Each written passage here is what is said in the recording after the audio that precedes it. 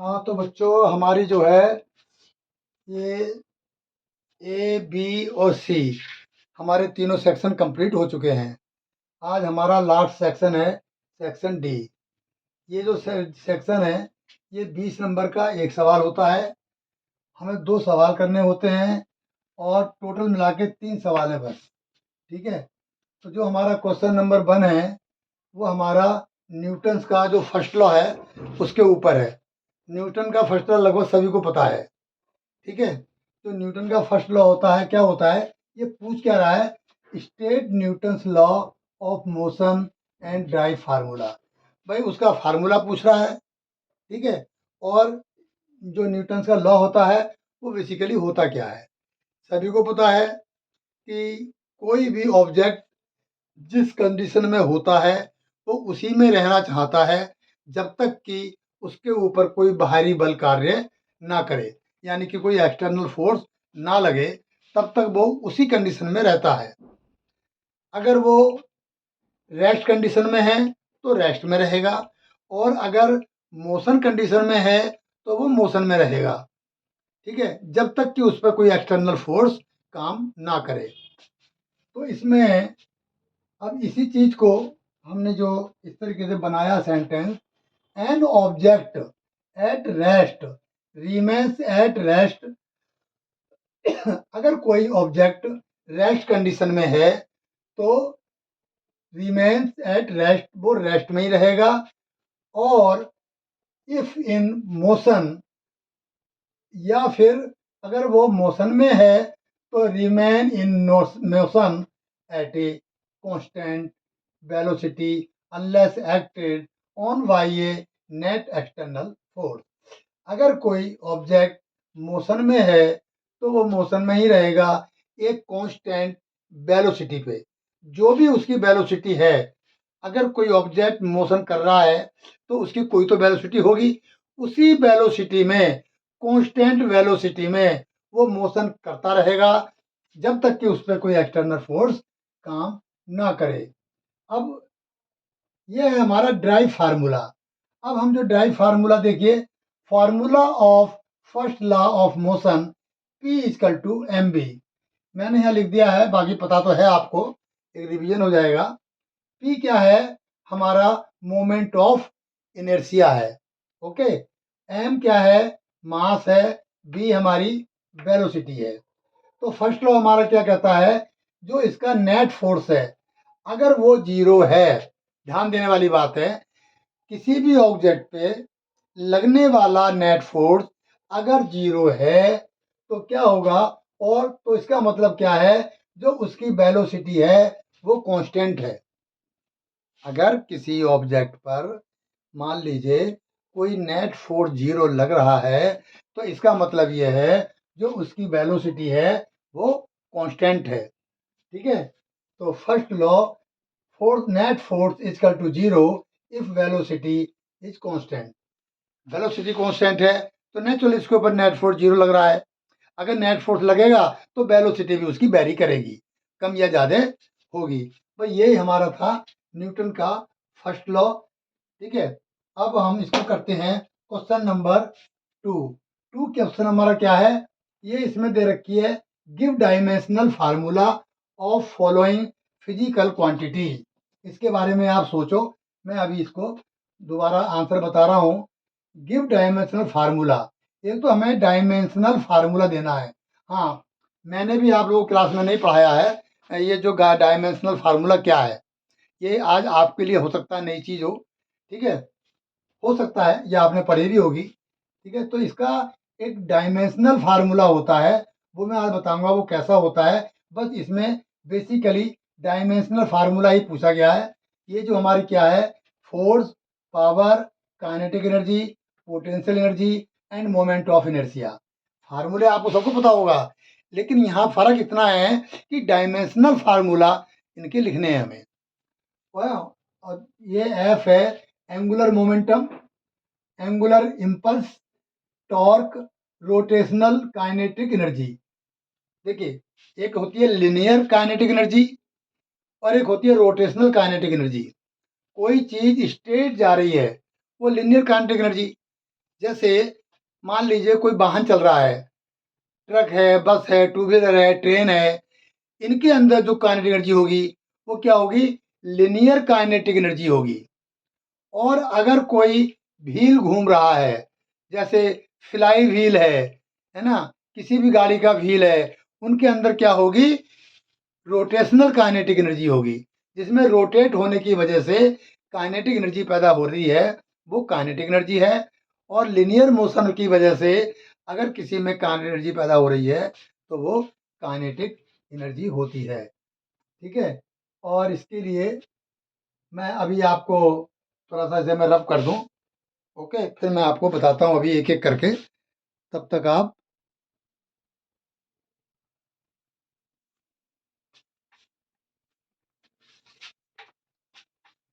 Question number 2 का ये हमारा आंसर नंबर 2। अब देखिए इसमें क्या है, ये हमारा दे रखा है क्वेश्चन नंबर 2 का आंसर लिख रहे हैं हम ए। ये क्या है? हमारा फोर्स है। ए हमारा क्या है? फोर्स।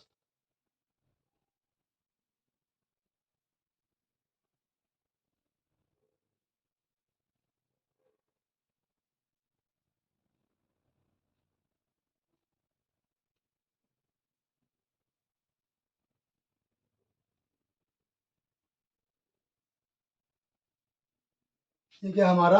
फोर्स। फोर्स क्या होता है? इसका जो हमारा हम निकालेंगे इसको फार्मूले से। ठीक है, एक मिनट जरा मैं इसको पहले लिख लेता हूँ।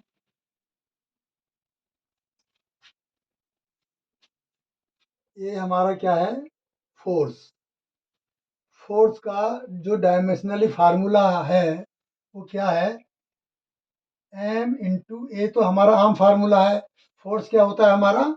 मास इंटू एक्सलरेशन।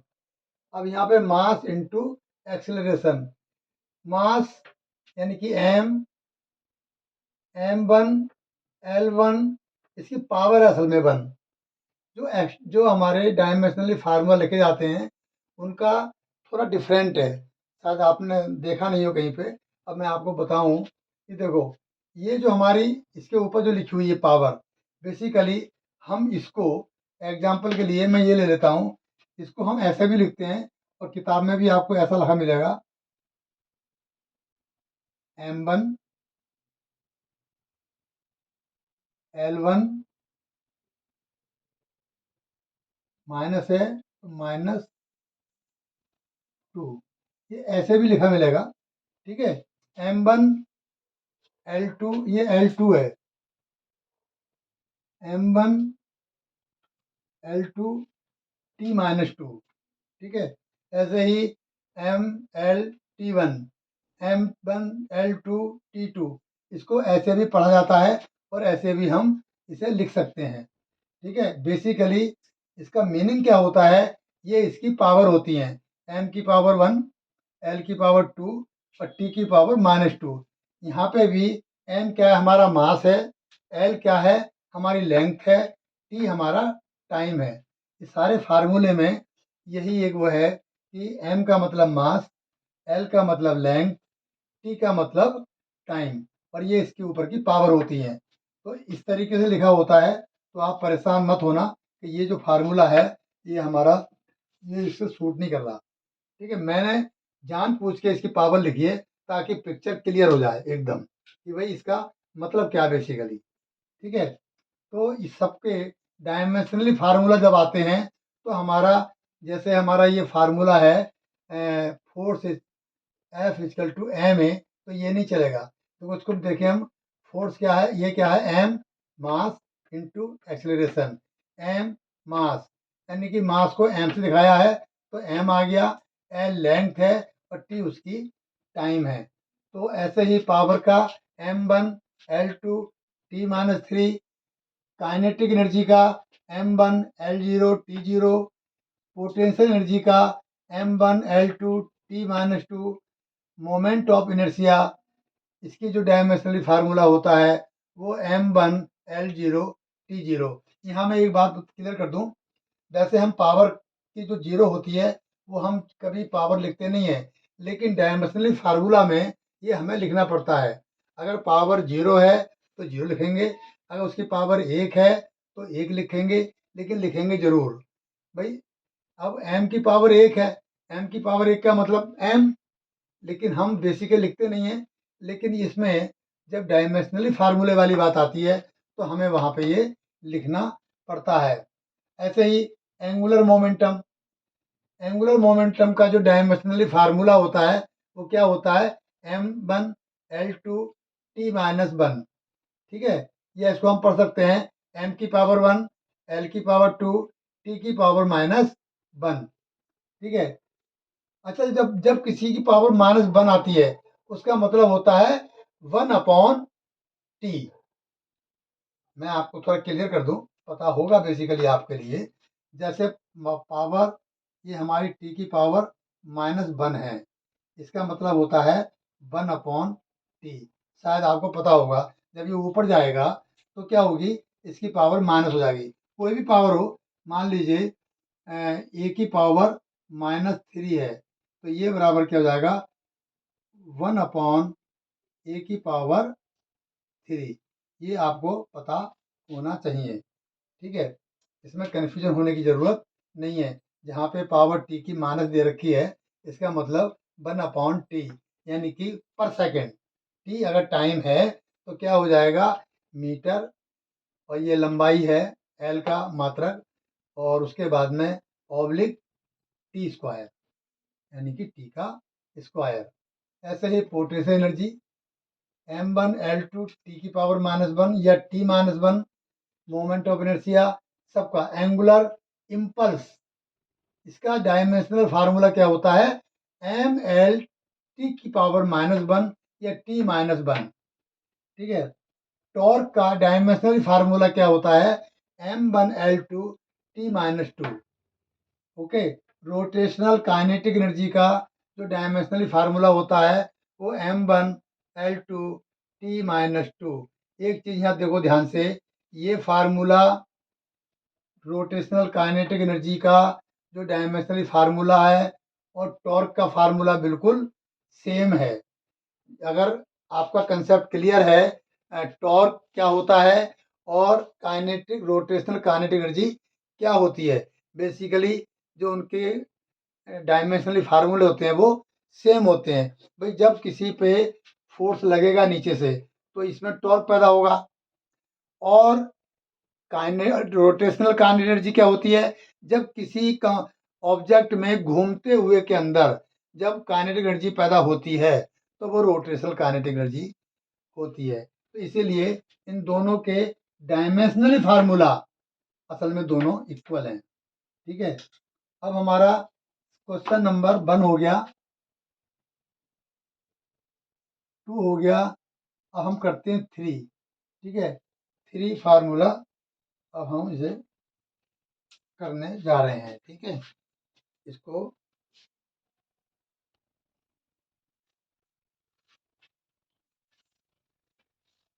अब हमारा लास्ट क्वेश्चन है, what is a radiation pyrometer, explain in 2 type of radiation pyrometer. हमें पहले बताना है कि रेडिएशन पायरोमीटर होता क्या है। देखिए, रेडिएशन पायरोमीटर जैसा नाम वैसा काम, मैं ये बात अक्सर बोलता रहता हूँ। हमारा बहुत कुछ प्रोडक्ट के नाम में छिपा रहता है। जैसे रेडिएशन पायरोमीटर, यानी कि इसका जो सिस्टम है रेडिएशन पे डिपेंड करता है। रेडिएशन से ये किसी टेम्परेचर को नापता है। पायरोमीटर क्या है, एक टेम्परेचर नापने का इंस्ट्रूमेंट है। जैसे हम बुखार नापने का थर्मामीटर होता है। ठीक है, वैसे ही ये होता है पायरोमीटर, ये भी टेम्परेचर नापने का काम आता है। थर्मामीटर बॉडी का टेम्परेचर बताता है कि अभी कितना बुखार है, लेकिन यहाँ थोड़ा फर्क है, ये हाई टेम्परेचर नापने का काम आता है, और जो हमारे थर्मामीटर होते हैं वो बहुत ही लो टेम्परेचर नापने का काम आते हैं। ठीक है, ये इसका टेम्परेचर हजारों में होता है। ठीक है, 1500-1600 इस तरीके से टेम्परेचर होता है इसका, हैवी टेम्परेचर होता है। और जहाँ अगर हम जो हमारे घरों में यूज होते हैं थर्मामीटर, या मेडिकल लाइन में जो यूज होते हैं, अगर उन थर्मामीटर से मान लीजिए कोई लोहा है, लोहे का लावा है, आपको मालूम है जब लोहे को पिघलाया जाता है तो क्या होता है, वो बिल्कुल लिक्विड फॉर्म में आ जाता है। अब उसका टेम्परेचर आप कैसे नापोगे? अगर उस पे आप थर्मामीटर लगाओगे तो क्या होगा? थर्मामीटर ही जल जाएगा आपका। कोई भी इंस्ट्रूमेंट उससे टच करके अगर टेम्परेचर नापेंगे आप, तो आप उसका टेम्परेचर नहीं नाप सकते, वो इंस्ट्रूमेंट ही जल जाएगा। इसीलिए पायरोमीटर क्या है हमारा? पायरोमीटर नॉन कंटैक्ट टाइप है। ये बिना कंटैक्ट किए ही दूर से इसको टेम्परेचर को नाप लेता है। अब सूरज तो बहुत दूर है, सूरज का टेम्परेचर नप जाएगा, ठीक है? किसी ओवन का, भट्टी का हम इस तरह के टेम्परेचर नाप सकते हैं। अब इसको जो भी मैंने बोला है, ठीक है, इसके लिए अब हम शब्दों में व्यक्त करते हैं। देखिए, a radiation pyrometer is a non contact temperature sensor. Clear हुई बात? अब रेडिएशन पायरोमीटर क्या है? इज ए नॉन कंटैक्ट, ये कांटेक्ट करने की जरूरत नहीं पड़ती। हम जिस बॉडी का भी टेम्परेचर नापते हैं उससे कांटेक्ट करने की जरूरत नहीं है, हम दूर से ही उसका टेम्परेचर नाप लेंगे। इसकी यही खासियत है, हम हाई से हाई टेम्परेचर इसका नाप सकते हैं, ठीक है? हाई ये नॉन कंटैक्ट टेम्परेचर सेंसर है that infer the temperature of an object by detection it naturally emitted thermal radiation। कोई भी हमारी ओवन हो, कोई भी हमारा बॉयलर हो, कहीं पे भी, या कोई लोहा पिघलाने की भट्टी हो, फर्नेस हो, उसमें क्या होता है, उसमें से कुछ रेडिएशन निकलती हैं। अरे भाई इतनी दूर क्यों जा रहे हो? हमारे घर में जो रूम हीटर होता है, ठीक है, आप उसमें से भी रेडिएशन निकलती हैं, उसका टेम्परेचर भी इस हम ये जो हमारा टेम्परेचर, ये क्या बोलते हैं इसको, हाँ, पायरोमीटर से हम आराम से नाप सकते हैं। इससे कंटेक्ट करने की जरूरत ही नहीं है भाई। अगर दूर कहीं गैस जल रही है, दूर कहीं हीटर जल रहा है, हम उसका टेम्परेचर भी इससे पायरोमीटर से नाप सकते हैं। क्योंकि जो इसका सिस्टम है, जो ये काम करता है, किस पे डिपेंड करता है? जो उसमें से रेडिएशन निकलती हैं, उन रेडिएशन को इकट्ठा करके, फोकस करके, और ये क्या करता है, मिली एम्पियर में कन्वर्ट कर देता है। मैं बताऊंगा अभी ये क्या सिस्टम होता है, मैं बता रहा हूँ। देखिए, यहाँ पे ये डायग्राम बनाया मैंने, इसमें 3 चीज़ें होती हैं। नंबर 1, वो बॉडी जिसका हमें टेम्परेचर नापना है। वो बॉडी कुछ भी हो सकती है, बॉयलर, ओवन, हीटर, कुछ भी हो सकता है, सूरज। तो एक बॉडी ऐसी जो हॉट बॉडी है। दूसरा, बीच में एक होता है लेंस। लेंस होता है ये उत्तल लेंस होता है, दोनों तरफ को उभरा हुआ होता है लेंस।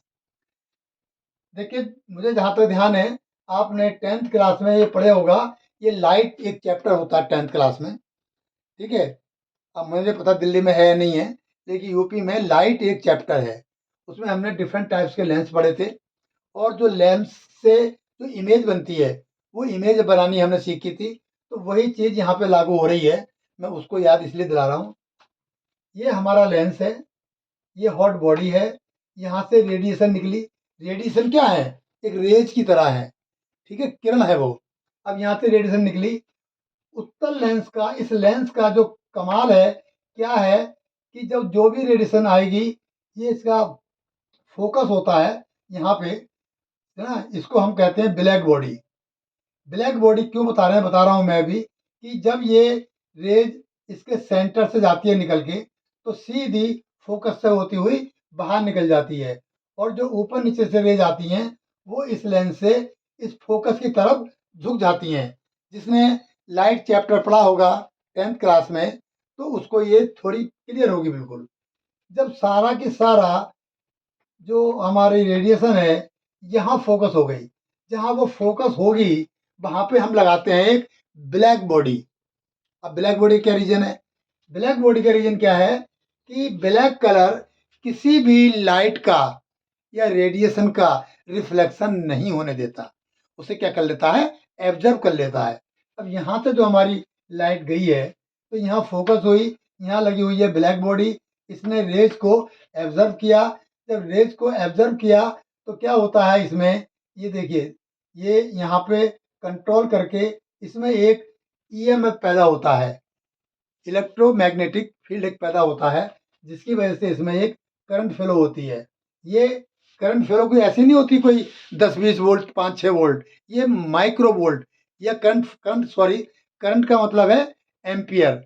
ये माइक्रो एम्पियर में ये हमारी करंट फ्लो होती है। यहाँ पे एक इंस्ट्रूमेंट लगा रहता है जो इसको मेजर कर लेता है और इसको कन्वर्ट कर देते हैं हम लोग किसमें, टेम्परेचर में, डिग्री सेल्सियस, केल्विन, जो भी है फारेनहाइट वगैरह में जो भी कोई यूनिट है उसे कन्वर्ट करके हमें पता लग जाता है कि इस बॉडी का, हॉट बॉडी का टेम्परेचर कितना है।